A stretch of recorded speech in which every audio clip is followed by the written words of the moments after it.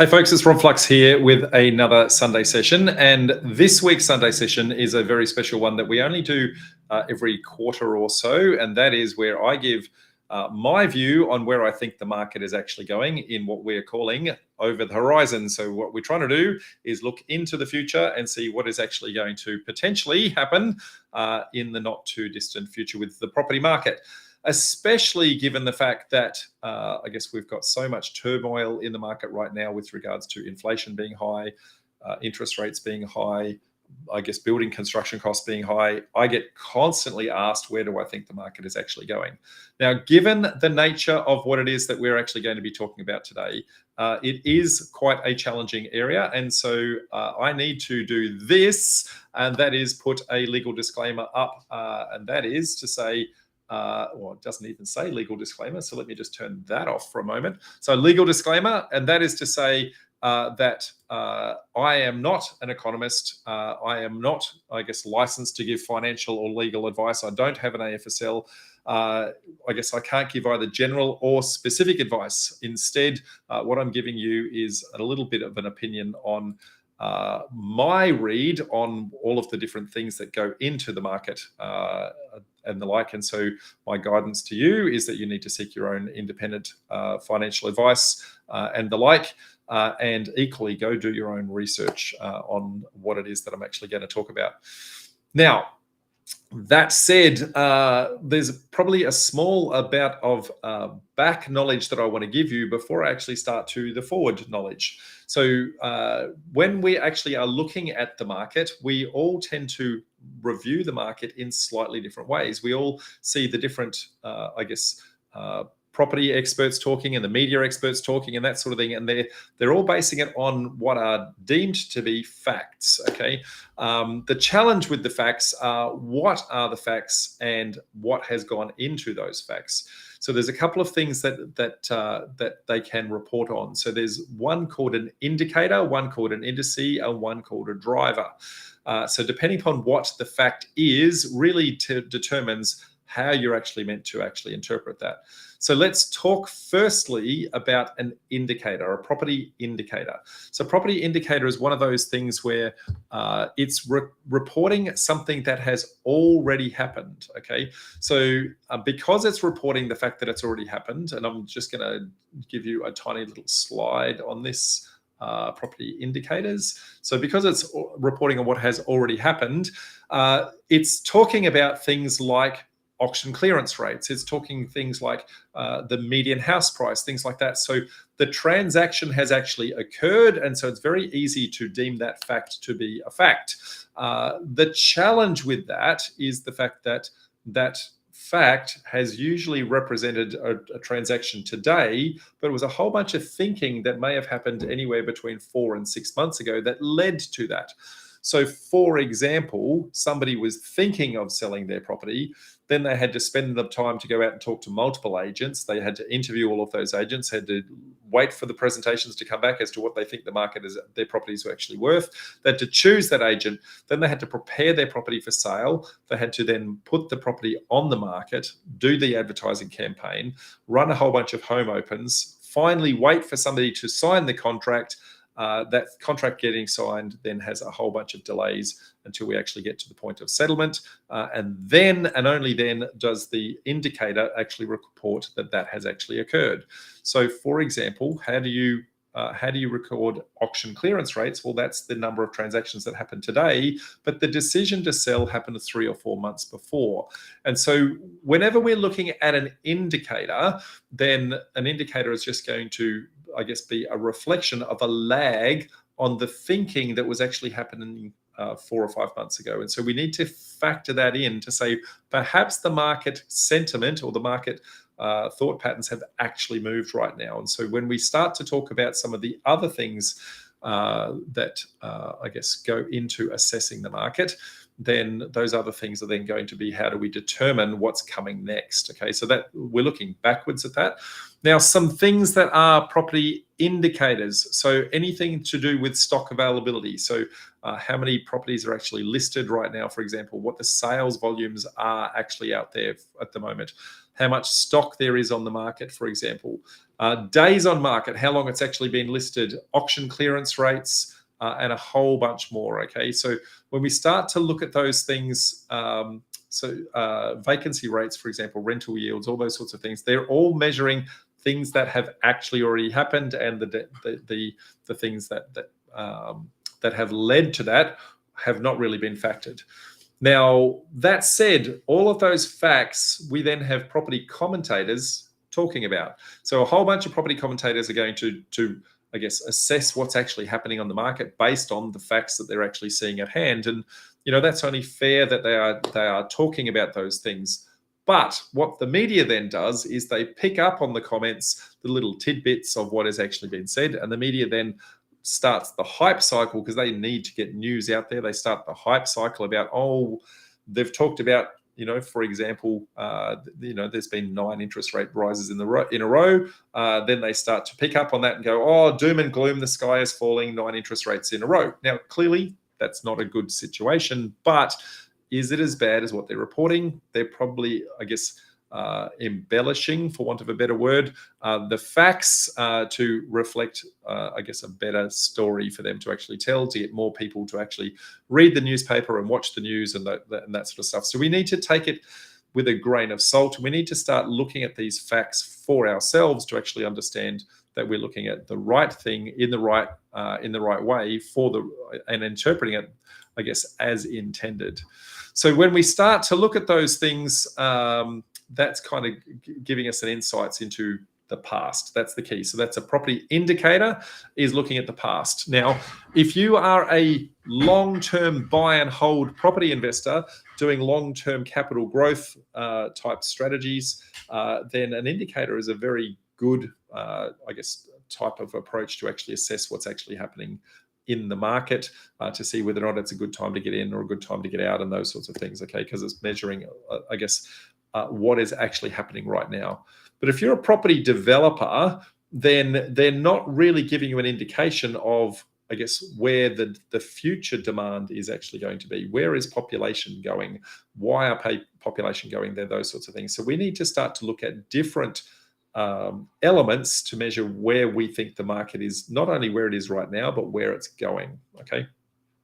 So the next thing, so that's an indicator. The next thing is what is called an indice, right? So an indice is easier to digest than an indicator. It's generally an infographic or some sort of graph or something along those lines that makes it much easier to digest. And what it does is it distills a whole bunch of information. So a lot of those indicators together kind of get coerced, correlated together to give, I guess, a little bit more information. But what it does is it dumbs down the information a little bit. Okay, so what happens is we have an indicator that's got a lag.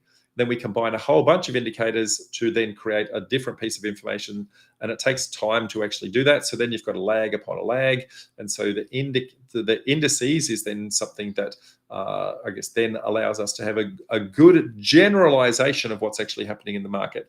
So it's not very specific with regards to locking down what's happening in your suburb or locking down what's happening in your council, that sort of thing, but rather it tends to talk much broader macro rather than micro side of things. So good for, conversations over the barbecue and those sorts of things, okay? And a good example of an indicator, and there's plenty of them, the Heron Todd White property clock. So for example, this is the Heron Todd White property clock, and we can see here that based on this, peak of the market up here, bottom of the market down here, we can see that we've got a whole bunch of things. So we've got Brisbane, Sydney, and so there's Sydney, there's, where's Brisbane? I can't see it. There's Brisbane, and Melbourne's in there as well. There's Melbourne. So we can see that they're all on a downward slide at the moment, okay?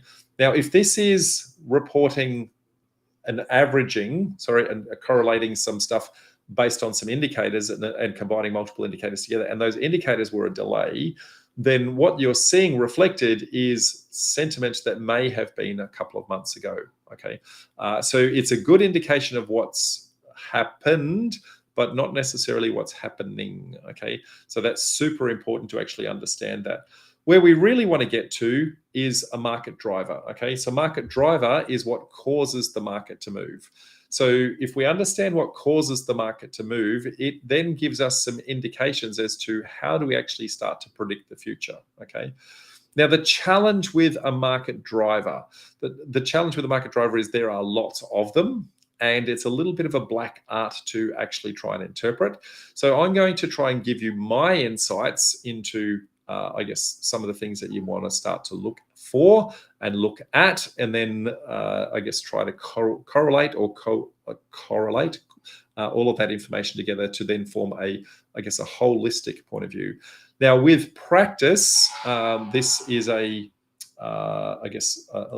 what you do is you kind of read the market driver, and then you wait a little bit of time to see whether or not the market moved, and then you look back at the indicator to see, were you right? Okay, so remembering the indicator measures in the past, so if you wait 6 months, it actually is measuring the point where you actually predicted it in the first place. So see, did you get it right?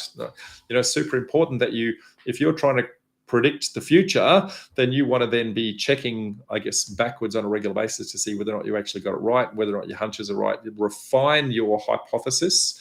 So you want to be working on a working hypothesis as you go all the time. And then once you've refined that working hypothesis, then you can then, determine what is the next track forward. Okay.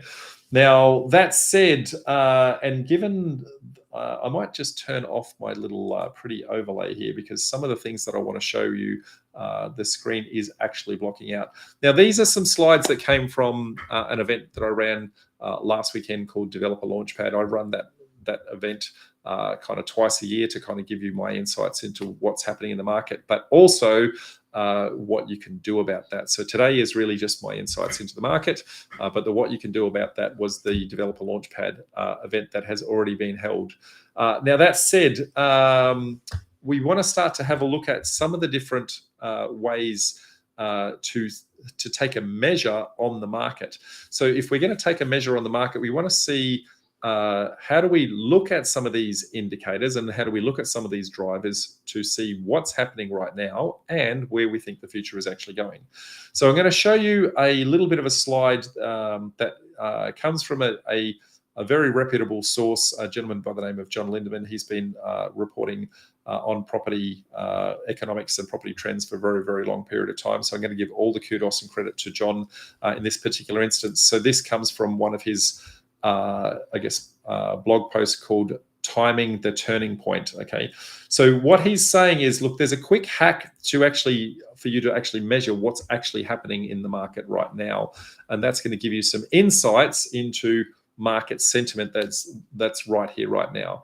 Now, it's based on using just 2 indicators to actually do this. Now, the more indicators that you put, I guess the more accurate your assessment's going to be, but this is a nice assessment of the approach. So what we're looking at is sales volumes, I should say, and listings volumes. So if we see those two, happening, so if you see the 2 of them going up, so both the listings going up and the sales going up, that's reflection of the fact that we are in a confident market. Okay, so as a listing comes on, there's the right amount of people to actually buy that, so the stock turnover is pretty fluid. That's nice and easy to tell. The next one is, well, when both of them are down, so less listings go on and less people are actually buying. That's a concerned market. Okay, quite clearly. So those 2 are very, very simple. Where it gets super interesting is where the crisscrosses start to occur. So when the crisscrosses start to occur, so let's take a look at this one, a crashing market. Then let's look at the psychology that's actually sitting behind this. This is a situation where more listings are actually going on the market than there are people interested in buying it.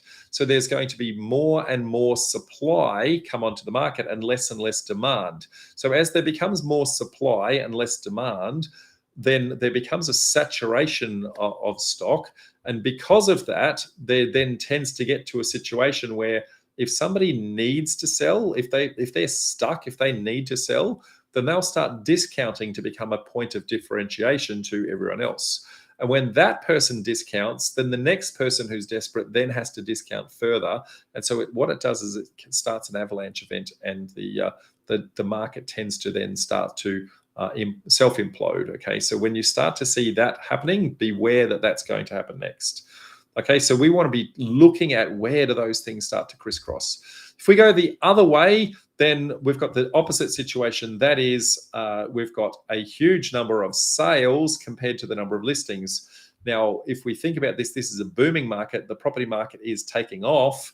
If you have a property right now, you want to ride that market as long as humanly possible. And when you start to ride that market, then you don't want to sell it. And so the number of people that are putting properties on the market is less, but the number of people who want to buy properties is more. And so the demand for the limited amount of stock then starts to get very, very competitive. And then there's a race to the top. So it's the exact opposite. It's the crisscrosses that are the super interesting ones.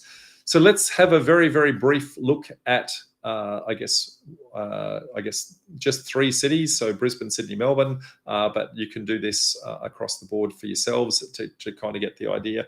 So I'm just going to go to SQM Research in this particular instance, and let's have a look at the Sydney listings. And what we can see here is we've got a downwards trend happening with regards to the number of listings. Now, if we look at the same in Melbourne, we equally have another downwards trend. And if we have a look at that in Brisbane, equally a downwards trend. So I guess all of them so far, listings are down, prices are down. Okay. Now let's look at sales volumes. Okay. So this comes from a different data source. So anytime you try to look at, I guess, assessing the market, you need to look at multiple data sources all over the place. So this one comes from CoreLogic. This is a monthly report that they do called their monthly chart pack.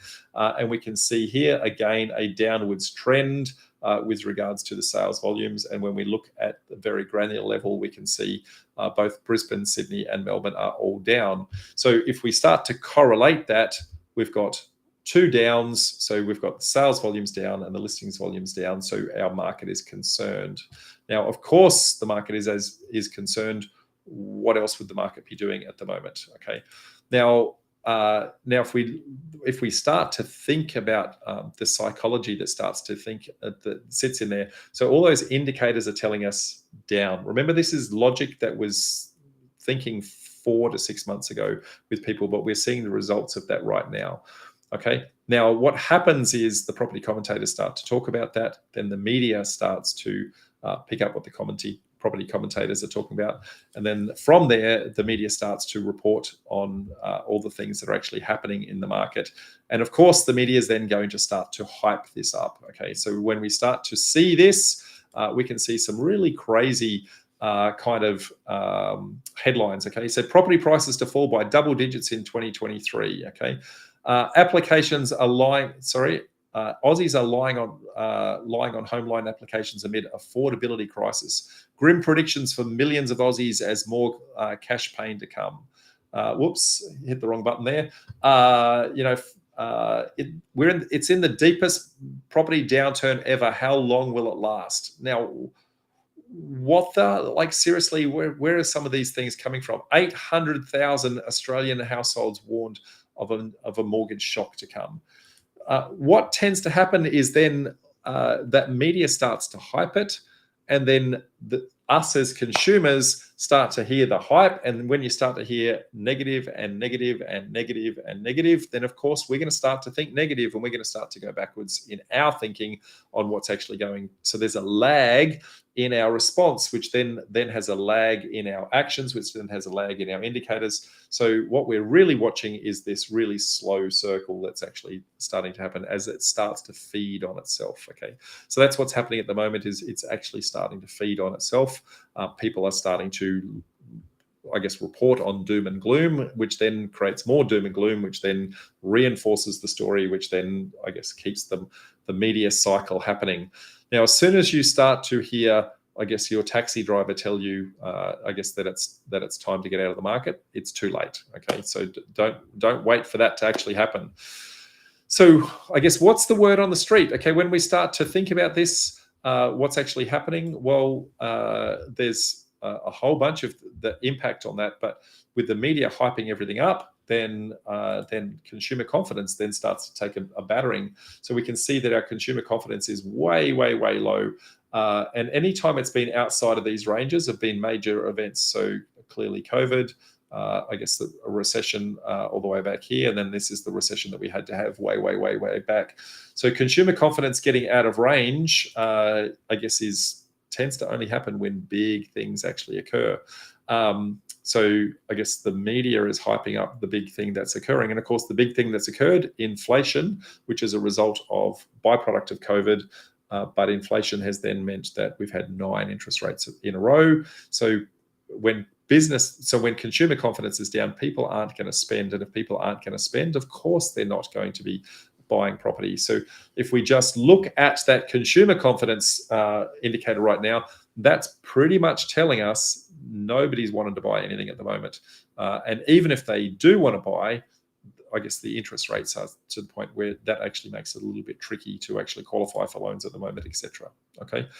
But let's try to put this into perspective. And this is super important that we actually do this, because all of those indicators by themselves, they themselves are not the only thing to actually look at. So if we actually look at the results from a trend line perspective, this is, I guess, trying to put all of it into perspective. So we had some peaks happening in the market all the way back in January, February, March of last year. So that was the peak of the market. And we've absolutely dropped off by comparison. However, and this is the super important point, compared to where we were at the start of COVID, okay, compared to where we were, the market has actually gone up, and it's just done a normal market cycle and kind of come back a little bit. Now, clearly, there's going to be some hype that sits in there with regards to the media then starting to speculate that. But that is nothing like the worst property drop that we've seen. What was that? I think it was a headline that said something like the worst property drop in history, kind of thing. So what a crock, folks. I guess make sure that you're actually listening to the right sources. Now, when you're listening to the media, what is important to understand is the media are giving you some insights into what Joe Public is thinking. So Joe Public is the people that we're buying property from. Joe Public is the people that we're selling property to. So we're going to get some insights into their thinking and their psyche, and that's super important to do. But the most important thing that we want to start to look at is, I guess, the next part of the process. The next part of the process is a market driver. Now, market driver is what moves the market. So this is the things that cause the market to move. And there's 4 major categories, and there's 16 major drivers that actually move the market. So let me give you some insights into those, and then I'll give you, I guess, my read on where each one of those are. So the first one, from a major, category perspective, the first one to think about is the fact that there are government incentives. So government incentives are basically job building. Okay, so when the government spends a whole bunch of money, then that is usually going to be in the form of major infrastructure or cash incentives that are actually out there, and that's done to stimulate the economy. So major infrastructure projects that are sitting out there, that would be both federal, state, and local government. That's going to be, billions of dollars of projects being built on rail networks, road networks, tunnels, schools, universities, hospitals, those sorts of things. So wherever those major projects happen, that creates jobs for many, many, many years. Those jobs in that area then start to spend money in that local area. When they start to spend money in that local area, so the people that are working on the road hire upgrades and that sort of thing, they're going to start spending money in that local economy. The local economy is then going to start to bolster. As they start to bolster, they're going to employ more people. As they employ more people, those people are going to start spending money in the same economy. So what tends to happen is it creates jobs and creates vibrancy in an area. So because of that, it's a very good indication of, hey, it's going to bring lots and lots of jobs to there. It's called trickle-down economics, okay? So when they spend those major projects, quite often those projects are 2 to 5 years in duration and, in the millions to billions of dollars, okay? So that's big ticket infrastructure stuff. And what that tends to do is it starts to activate areas. Okay, and when you start to activate areas, that's going to create population to move into a particular area. So always look for where the big infrastructure projects are actually starting to happen, and if you know where they are starting to happen, that's going to give you some insights into population growth that's destined to happen in that area as it starts to get activated.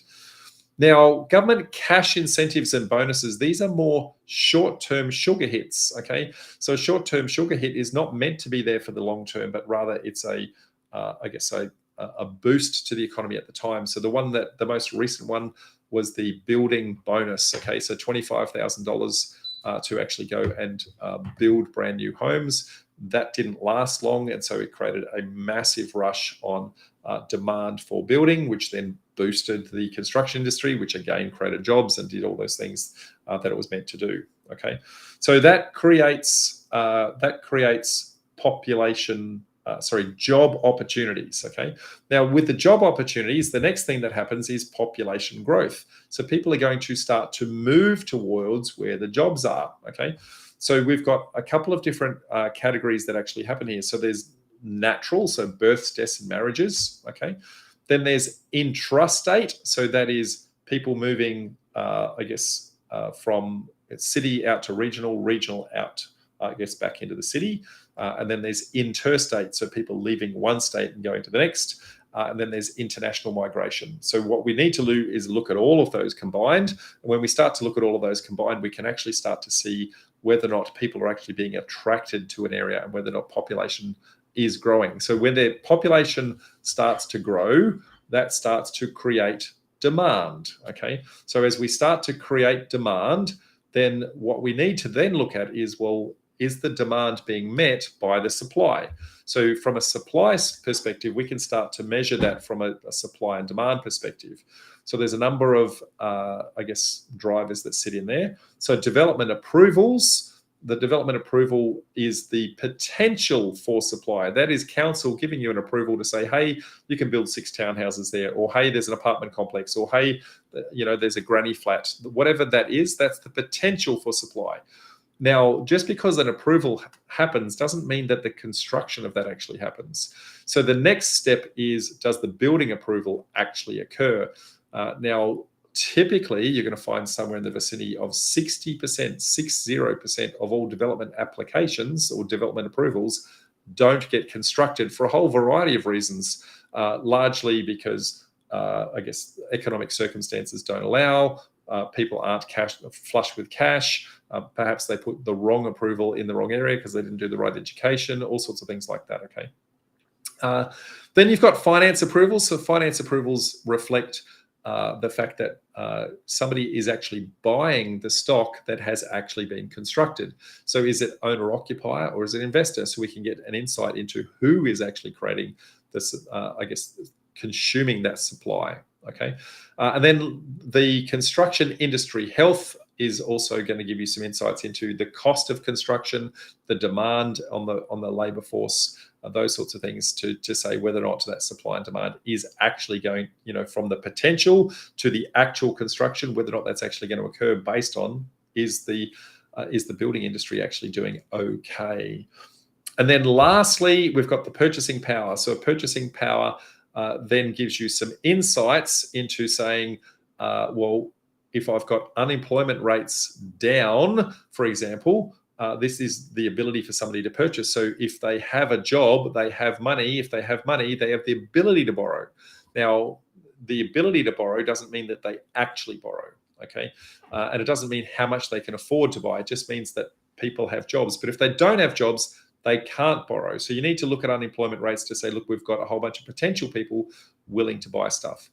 Then you've got interest rates. So interest rates are then going to be, well, if you have the ability to borrow, what is your purchasing power actually going to get you? Because your interest rate is going to determine your ability to service the loan.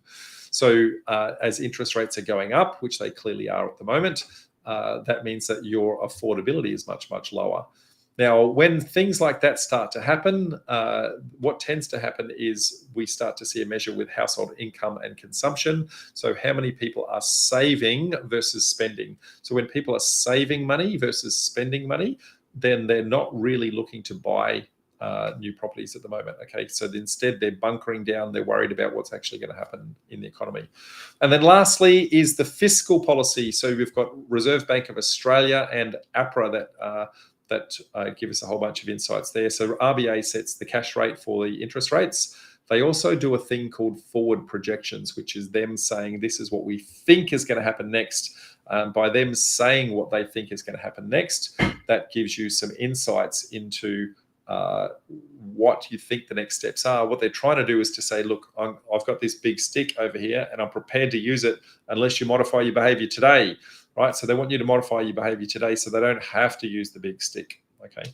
Now, the thing with the RBA is that's hitting the economy like a sledgehammer. That impacts the entire economy, every single vertical. That's the construction industry, that's the manufacturing industry, that's the farming industry, agriculture, that sort of thing, and the like. So everybody gets hit by interest rate rises.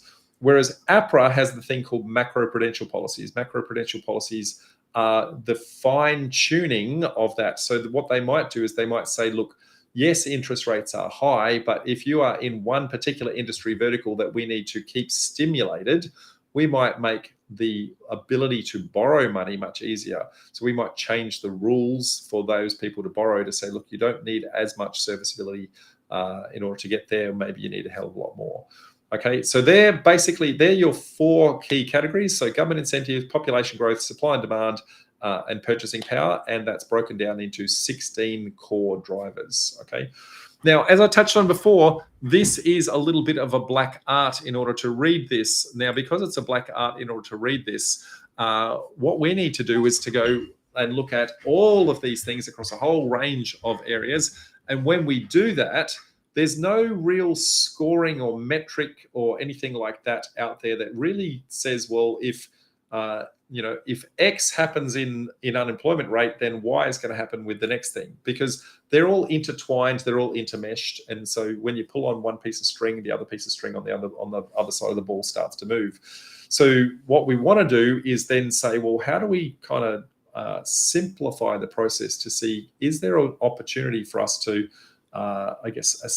make some assessments on the market, and in doing so, when we do that, can we try to work out overall, are we moving forwards? Overall, are we moving backwards? And that sort of thing, okay?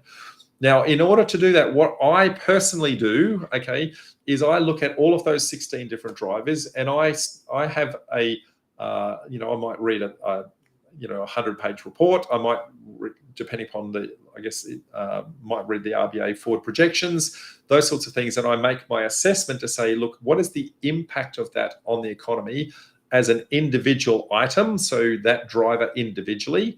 And then what I do is I give that a scoring system of sorts. And then what I do is I add the score up, okay? Now the score is not a score out of 10, but rather I have this very simplistic concept of, if you imagine if you're walking down the road and you've got this great big blustery wind, if that wind is in your face, okay, then it's very hard to walk up the street, okay? That is called a headwind, okay? Whereas if the wind is coming around and actually hitting you in the back and it actually pushes you up the street, that is called a tailwind. So what I do is I have a look at all of these different indicators and I give them a score, which is a headwind, a tailwind, or neutral. So is that pushing us in the right direction, or is that not pushing us in the right direction? And when I do that, what I do is that then put together a matrix that actually tries to predict what is actually going to happen, moving forward.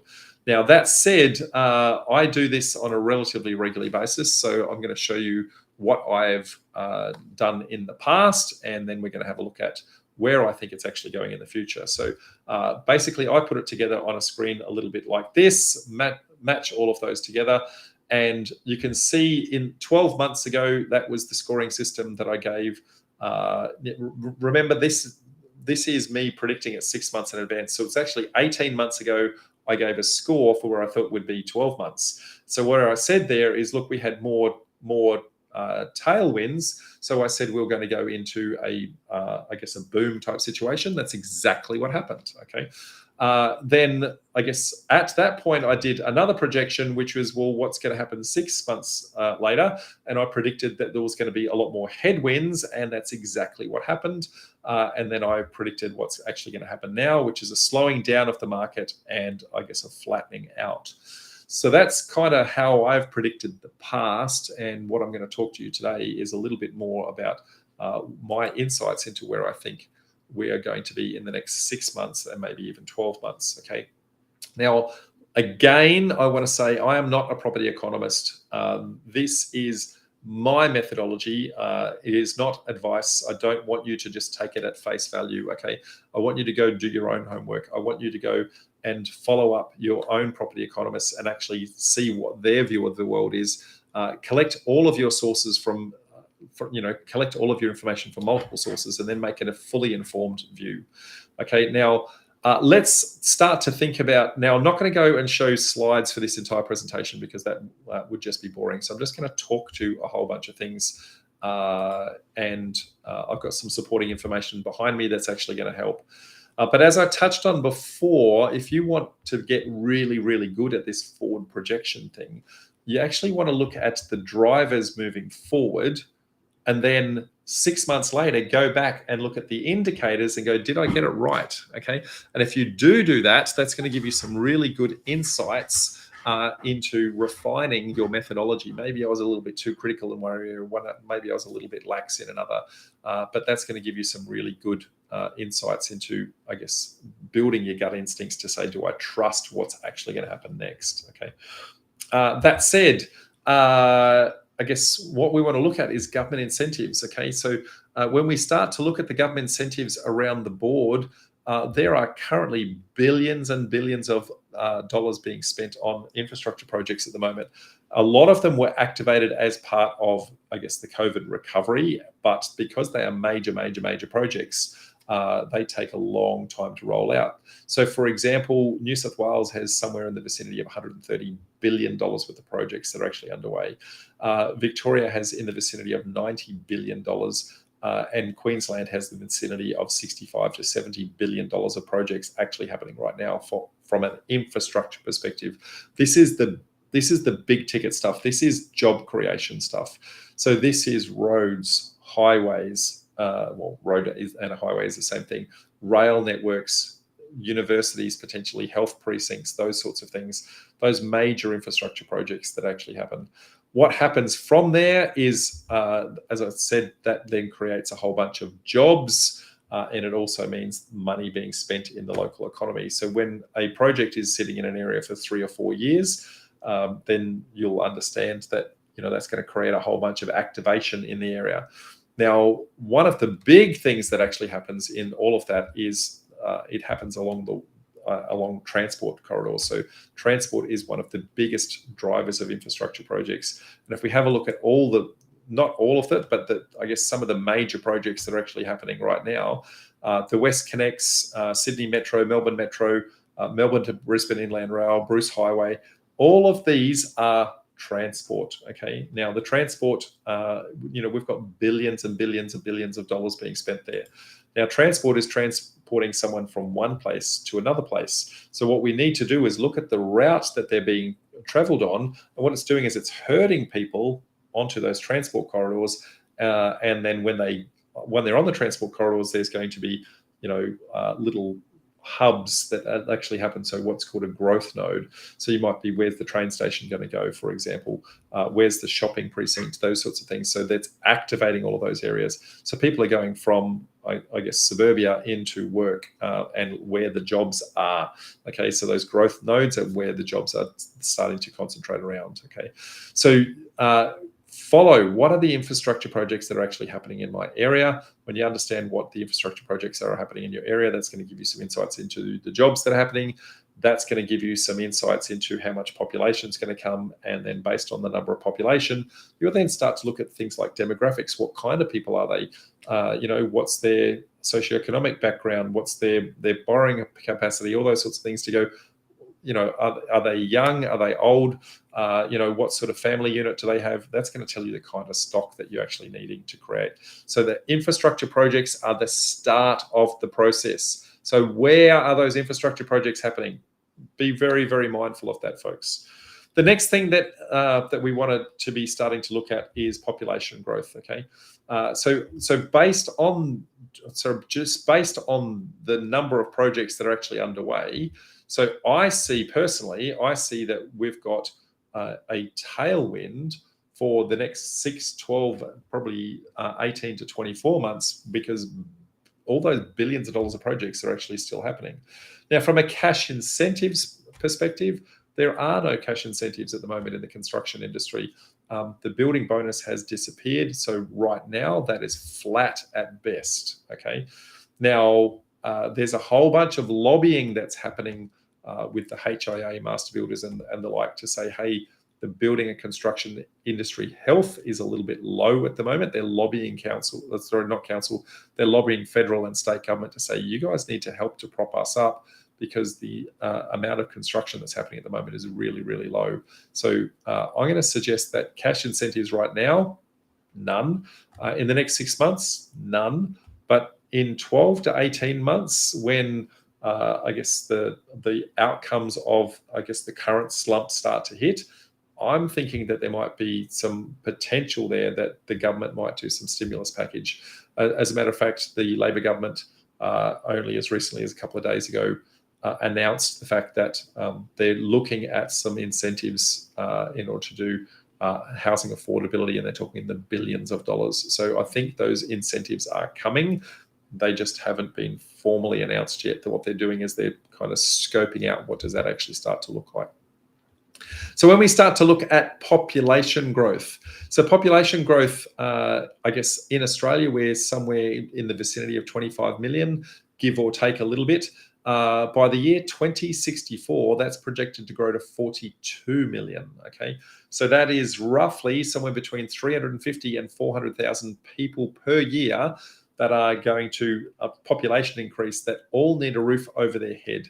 Now, when they need a roof over their head, where are they going to go? They're going to go where the jobs are, and the jobs are where the infrastructure projects happened. Okay, so we want to start to know where the jobs are, and then we want to start to measure, hey, are we starting to see population actually starting to move there? Yes or no? Okay, now a good source for that is the Australian Bureau of Statistics. That's going to give you some massive insights into the population movements. Now, whenever you're looking at ABS data, it is super accurate when they've done a census. Okay, so we had a census done last year, and so right now, super accurate. But as we get further and further away from the census, they have to collate the information from multiple sources. So they're going to look at births, deaths, and marriages. How many funerals happened, how many births actually happened, that sort of thing. They're going to look at how many people moved houses. They're going to look at driver's licenses being cancelled in one state and reinstated in another state. Those sorts of things to try and correlate what's actually happened to people and where they move. So the further you get away from the census data, the more fuzzy that becomes, and then they re-baseline it again in 4 years' time. Okay. So know that that's the case. So given that we just had census not too long ago, the information right now is super accurate. So let's have a look at, from a population perspective, have a look. So in New South Wales, as an example, we've got natural increases. This is birth, deaths, and marriages, okay?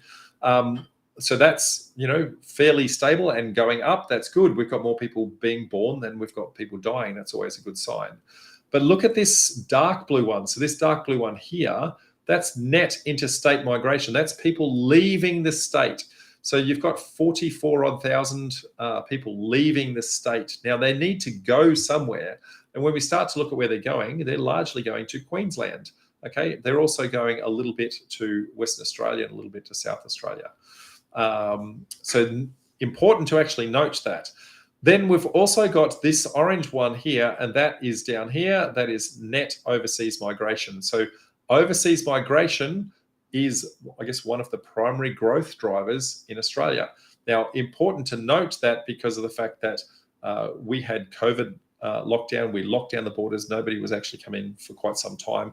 Now the borders are back open. Now the overseas migration is happening again. And more importantly, The government has stated we've got a massive skills shortage, so they want to lift the number of people coming in from overseas, I guess re-qualify those, and more importantly, places like Victoria, who see all of this net migration, have stuck their hand up and said, hey, what we want is we want the bulk of those international migrations actually coming to us, if you could please. So when you start to look at all of that, we start to have a look at, I guess, from a trend perspective, we can see, look, overall, New South Wales is still growing, I guess, in a forwards direction. Victoria is still growing in a forwards direction. Queensland very much so. And the other states as well, with some minor changes to the edges. So we're really looking at these three as where the bulk of the population is actually going, with WA kind of fourth, lagging behind, but still a great place for population growth to actually occur. So when we start to see that, I guess that's telling us the major areas that they're actually going to. Then what we can do is go to the Australian Bureau of Statistics, and there are, I guess, more granular detail that we can actually get down to, I guess, the council level, down to the suburb level, and down to what they call an SA1 level. So, you know, a small cluster of properties, and they can actually start to measure what's actually happening in really, really, really small refined places. So Australian Bureau of Statistics is going to help you to actually put that together. That's going to give you what's happening in your local area as to how many jobs are actually happening, how much population is actually starting to move. So super important that you actually start to do that and actually get a good view on, is the population coming to your particular area? Okay. Now, in looking at population, I guess one of the big things from a population perspective is, I guess, who is moving in, where are they moving in, what is their age group, and that sort of thing. So if we just have a look across the board from Australia perspective with regards to age categories and where people are, we've got a bucket load of baby boomers that are getting to the point of retirement, okay? And we've got a whole bunch of Gen Xers that are fast approaching it. So this is a tsunami of people that are actually coming in, and all of these people here are funding the pensions of these guys and that sort of thing. So it's actually becoming quite problematic for, I guess, the pensions to actually keep support, which is why they're wanting everyone to build self-managed super funds. The problem is that the baby boomers, they got into the self-managed super or the super fund process very late in the process. And so a lot of them just don't have the savings in their super funds. And so they don't have a huge nest egg. And the only thing that they've got is, I guess, the principal place of residence, which was the great Australian backyard, the great Australian dream. And so a lot of them have to cash in and sell their houses to downsize, because that big backyard is now becoming a burden as I get a little bit older and I don't want to mow that backyard. So they're starting to sell down that big backyard, sell that down as tax-free because it was their principal place of residence. And so there's a whole bunch of opportunity where people are cashing in on those properties and they're wanting to downsize into something smaller. And so that's our job, is to actually create that downsized opportunity and put the right stock in front of them at the right period of time. So know that that's actually the case. So if I look from I guess, the headwind, tailwind perspective, when we look at intrastate, so from the city to the regions to the city, that's pretty neutral at the moment. Not much is actually happening. I guess during COVID, a lot of people were leaving the city and going and living out in rural areas, but that's kind of flattened off at the moment. If we look at interstate, then a whole bunch of people are leaving New South Wales, a whole bunch of people are leaving Victoria, and they're largely landing in Queensland and WA, okay, with a small splattering of South Australia. So depending upon where you're based, that could be either a headwind or a tailwind. If I'm in New South Wales or Victoria, that's a headwind because more people are leaving than coming. If I'm in if I'm in Queensland or if I'm in WA, that's a tailwind. We've got more demand coming in. That's a fantastic opportunity that's actually coming in here. And then if we look at international migration, well, they've opened the borders and they're raising the number of people that are actually allowed in from overseas from a skilled migrants perspective. So that is a tailwind that is actually sitting there. Okay, so overall, we're starting to build a little bit of a picture as to what's actually happening. If we then look at supply and demand, so supply and demand is looking at the potential for development, and then also the actualization of how much actually gets activated. Now, the interesting thing here is, as a developer, we call it a development approval, okay, or a planning permit, depending upon the state that you're actually in. But the federal government call it a building approval. So when we're looking at building approvals stats, it's really code for development approval. And when we start to look here, we start to see a really, really interesting trend, okay? So firstly, in December 2018, we had a massive drop starting to come off. And that's because our economy was actually struggling at the time. And because of that, a lot of developers were not creating development approvals because they didn't see the profitability, given that there was, from an affordability perspective, we were struggling. Now, that's when we started to see interest rates go down, down, down, down, okay? So that caused, I guess, a little bit of a slump in our economy. It wasn't major, but it did reflect in the number of approvals. Then we got into, I guess, the COVID period. And when the COVID period then happened, there was less confidence in the economy and where we were actually going. They were predicting 20 or 30% drops in the property pricing, which is ridiculous. But that meant that less development approvals were actually happening. Then all of a sudden, the building bonus came, and the building bonus came, and the government was giving away free money. So that created a whole bunch of opportunity. And so every developer that could turn around a quick development approval jumped in and started creating stock. And every one of those was consumed straight away. And then I guess because we then had the construction costs go up and up and up and up, that then made the profitability of those projects lower and lower and lower. And so that meant that over here, we then had a slump because developers aren't making any money anymore. So what we see is a massive undersupply here of potential. We had a lift here, but it got consumed massively, including any surplus stock that was actually out of here. And then over here, we've got another slump. So overall, when we look at this giant window, there is a massive undersupply of potential stock, an undersupply of potential stock. Okay. Now, there's enough supply that if a development approval happened and it got constructed, it would actually meet demand. But usually we've got more development approvals than anything. We've got a surplus typically, and that's just not happening at the moment. So that undersupply has potential at the moment to create, a massive lag. So right now it's like a bottleneck that's kind of sitting there, and it really depends on what happens next as to the impact that that's actually going to have. Now we take that through to the next stage and develop, the building approvals. That's also reflective of that actually happening. So if we actually have a look at the number of building approvals that actually occurred, I'm going to see if I can have a look here. Which slide do I want to be showing? I want to be showing this slide here. So this is housing commencements, right? So look at this. We've got a massive number of housing commencements not actually happening, absolutely not happening. So as the building bonus dropped off and as the cost of construction went up and up and up, less people are actually starting to build. So when we start to look at the health of the building industry, that starts to give us some challenges to say, is the building industry actually doing okay, yes or no? Now, where it gets super interesting is everyone, and the media in particular, is talking about construction costs going up and up and up and up, okay? And it's out of control, and it's causing a whole bunch of consumer confidence issues in wanting to go into a build. But let's look at the facts, okay? We always want to look at the facts. And when we look at the facts, there's a couple of things that I'm going to point out here.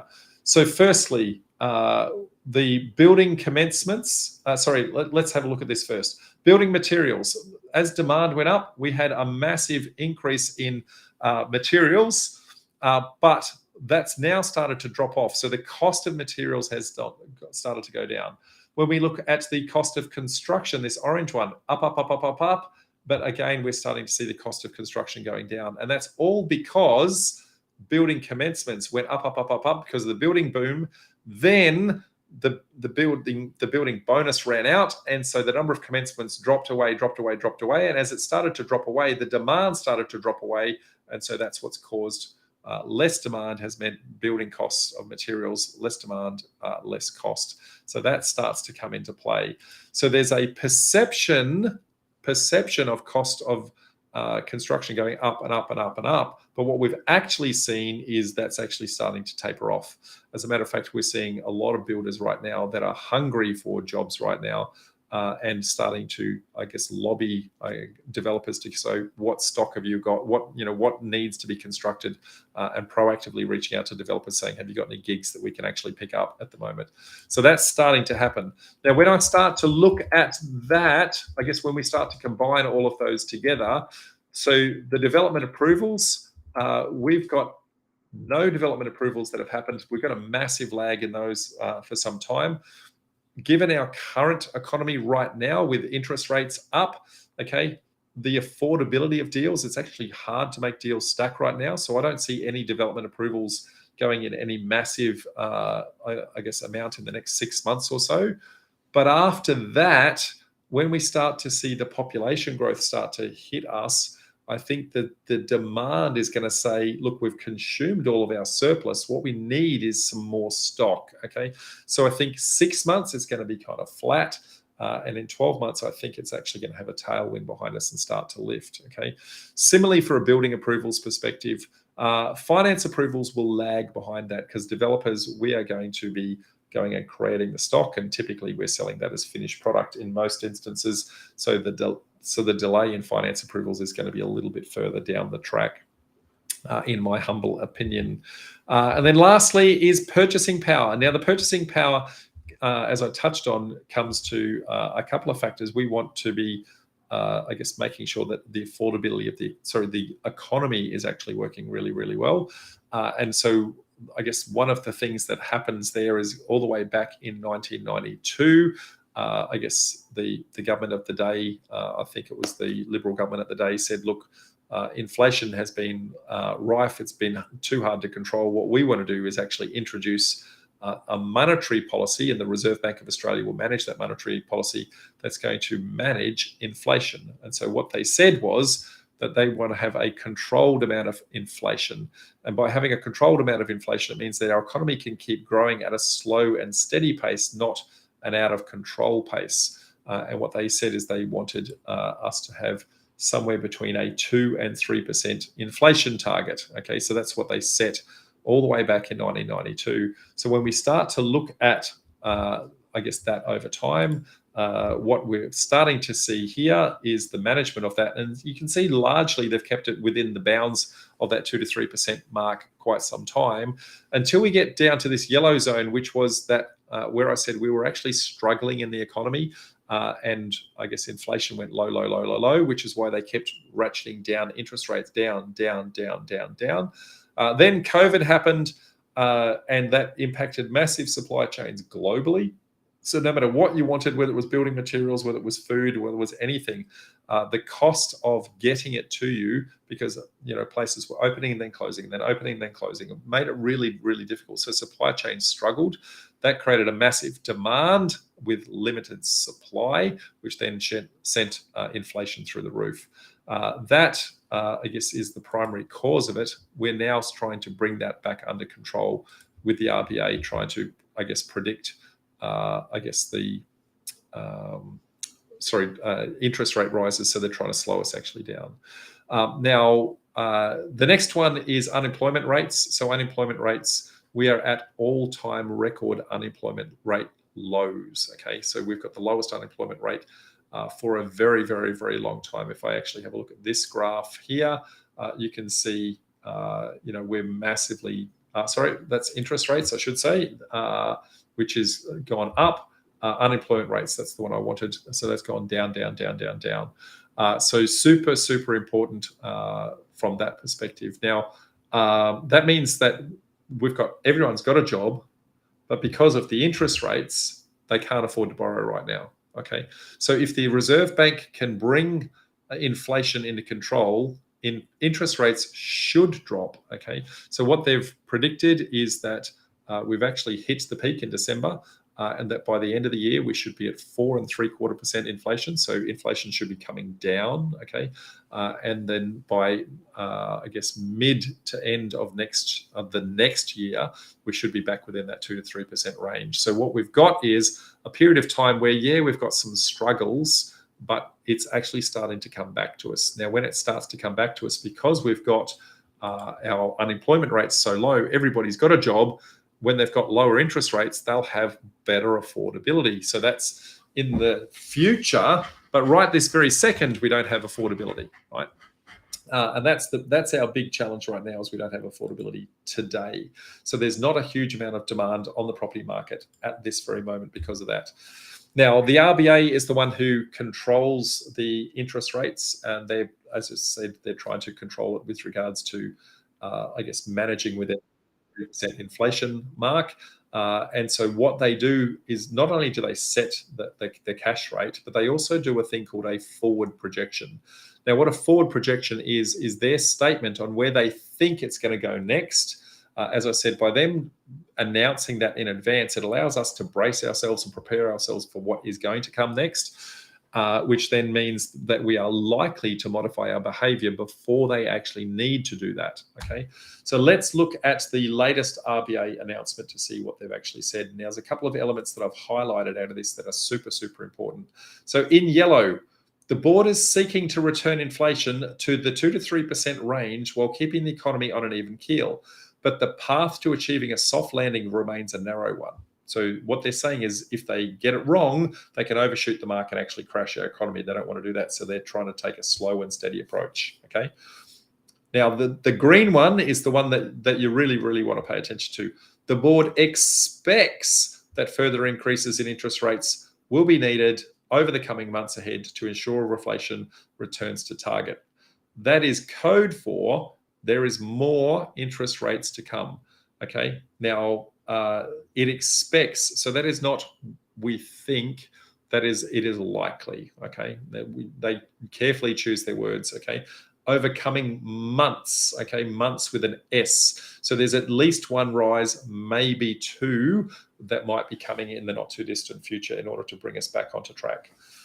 Then back to the yellow again, the board remains resolute in its determination to return inflation to target and will do whatever is necessary to achieve that. So that is code for, folks, I know that you're hurting, but this is something we have to do. We're actually going to back ourselves and return that back to target. So when they start to do that, what that means is in the short term, interest rates are going to be more of a headwind, okay? Now, as inflation starts to come back into range towards the end of this year, they're going to, I think they're going to start to think about softening interest rates. So that's going to become neutral. They may not actually lower them, but neutral. And then in 18 plus months, they're likely to start to lower it, okay? So when we start to look at that, we've got a headwind, so that's a down, then a neutral over the next 6 months or so. Now, unemployment rates, record unemployment rates, we are super low. That is nothing but a good thing. So that is a tailwind that's pushing us up, and it looks like that's going to be rock solid for quite some time. And at this point in time, APRA have not indicated anything at all with regards to what they want to do from a monetary policy perspective. So when we look at this from I guess a summary perspective, what I've done here is to try and do, and see if I can move, whoops, I can't, I didn't realize I could do that. I can't, I don't know if I can move where my head is. Let me see if I can just change that for a sec. Let's do that. Okay, now my head's in a different spot. Okay, so what I can see is that we've got a tailwind that's up. We've got a neutral. We've got another neutral. Now, depending upon where you are, if you're in Victoria or New South Wales, that's a down, that's a headwind. If you're in Queensland or in WA, that's an up, okay? We've got another up here for international migration, plateau, and a down. So if I'm in, let's just say I'm in New South Wales, I've got an up, I've got a down, so that's neutral. I've got an up, I've got a down, that's neutral, and I've got one up. So look, it's going to flatten with a very slight chance of a minor recovery, okay? Now, if I'm in Queensland, that's slightly different. That's an up, that's another up. That's 3 ups in a row, one down, and a fourth up. So 4 up and 1 down. So Queensland, I think, is going to do quite well in the not too distant future. Now, if we look 12 months ahead, the circumstances change significantly. Okay, so up, 1 down if you're in New South Wales or Victoria, and everything else is up. So there's only 1 down if you're in New South Wales or Victoria. If you're in Queensland or WA, you've got nothing but green skies ahead. So my view of the market, for what it's worth, and again, it's reinforcing, I am not an economist. Okay, this is my lay opinion on where I'm seeing these drivers actually pointing to and what it's telling me. Now, I'm encouraging you to do your own homework and make sure that those things are true, that I've not, I guess, manufactured these answers, nor have I interpreted them inappropriately. Okay, but the key takeaways and drivers that I really want you to take away. Okay, population growth fueled by international migration is a major driver on demand. Okay, that's supplemented by, based on your geography, interstate migration, I guess, will have a minor influence on that as well. So if you're in New South Wales and Victoria, that's a negative, but it's going to be outstripped by the population growth by international migration. Okay, if you're in Queensland, it's a major positive. If you're in WA, it's a major positive. Okay, there is a limited supply of stock due to a combination of factors. So the both stock and potential stock. So we had the economic circumstances prior to COVID meant less development approvals. The initial COVID panic, where they were predicting that we were going to drop 20 or 30%, meant no development approvals. The building bonus consumed any surplus that we had in the supply. And then building cost escalations meant that now there's no new stock being created as well. So there's a massive undersupply of stock right now. So you've got a demand that's coming and a massive undersupply. Okay. Interest rates are set to keep climbing. So right now, affordability means that not many people want to buy that stock anyway because they can't afford it. So that's not a big impact in the short term. But as inflation starts to come back to us, interest rates are going to start to come back to us as well. And that's going to make affordability start to happen. And because of that pressure of lots of demand and limited stock, as the interest rates start to become into affordability, I think there's going to be a little bit of a surge in the property market moving forward. Then on top of that, because right now there's not many commencements in the construction industry, that's going to, create a whole bunch of pressure, or not only is going to, it is actually already creating a whole bunch of pressure on the construction industry. So people like the HIA are lobbying federal and state government right now to say, hey, we're going to need some sort of support here. The property industry is Australia's largest employer. I guess when you look at all the minor builders, all the major builders, all the infrastructure projects that happen, I guess the number of real estate agents, finance brokers, and property managers, all that sort of thing. So the property market is our largest employer by a long way. So we're going to have to prop that up. And so the HIA have started that lobbying now. Watch out, there is going to be, I guess, some incentives coming. The federal government have started to announce their plans for those.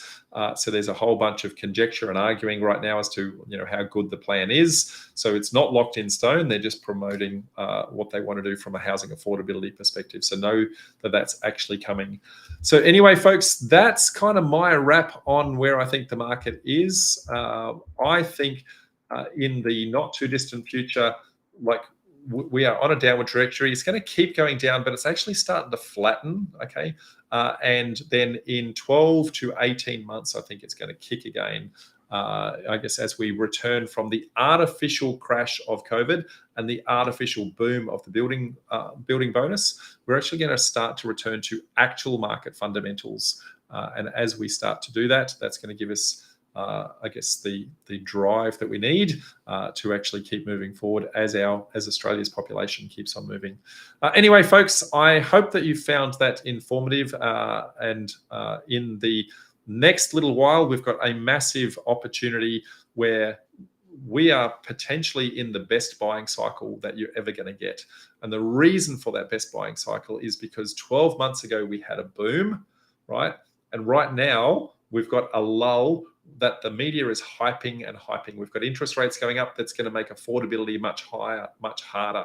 What that creates is a perfect opportunity where vendors want to retain the price that they had 12 months ago, but they can't because there's no buyers. And that no buyers means that us as developers can come in and be the knight in shining armor, and we can be, hey, we can potentially give you the price that you wanted 12 months ago, but not on the terms of instant settlement. Maybe what we need is time on our hands. Give me some flexibility in time, and that I can pass back to you the savings in my holding costs. Okay, so I'm not going to pay land tax, I'm not going to pay rates, I'm not going to pay interest. So I can give you that money instead of giving it to the Commonwealth Bank, instead of giving it to, I guess, the Office of State Revenue, instead of giving that to council, those sorts of things.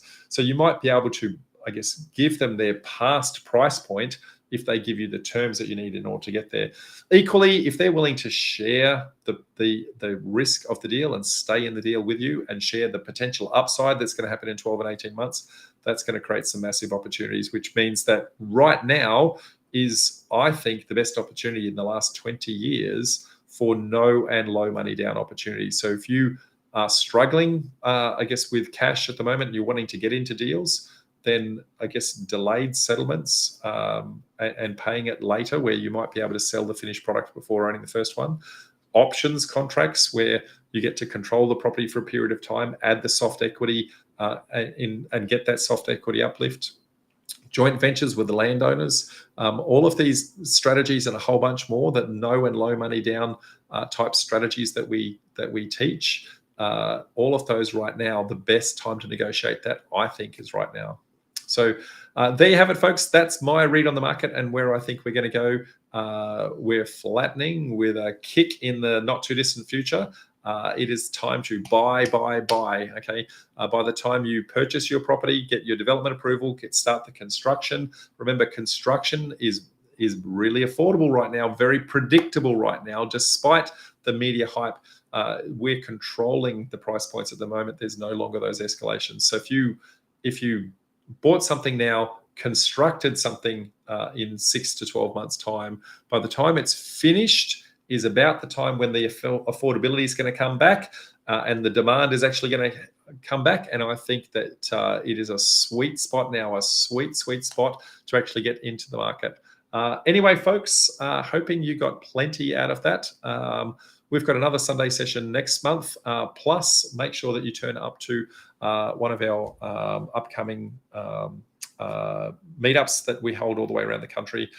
We hold them Brisbane, Sydney, and Melbourne, and soon to be Adelaide. Not too distant future is Adelaide. So watch this space for Adelaide and Perth. We're coming for you next. So know that that's actually going to happen. If you're interested in understanding how you can actually take advantage of this and potentially actually reach out and say, what can we do from an education perspective? We do run a 12-month education and mentoring program. So if you're interested in that, click on the link that you can see there. Otherwise, we would love to see you at one of our meetups. So these are our meetups. Love to see you around the country. We hold them most Saturdays all the way around the country. Anyway, folks, hope that helps. Till next time, I'm going to say bye for now. Bye.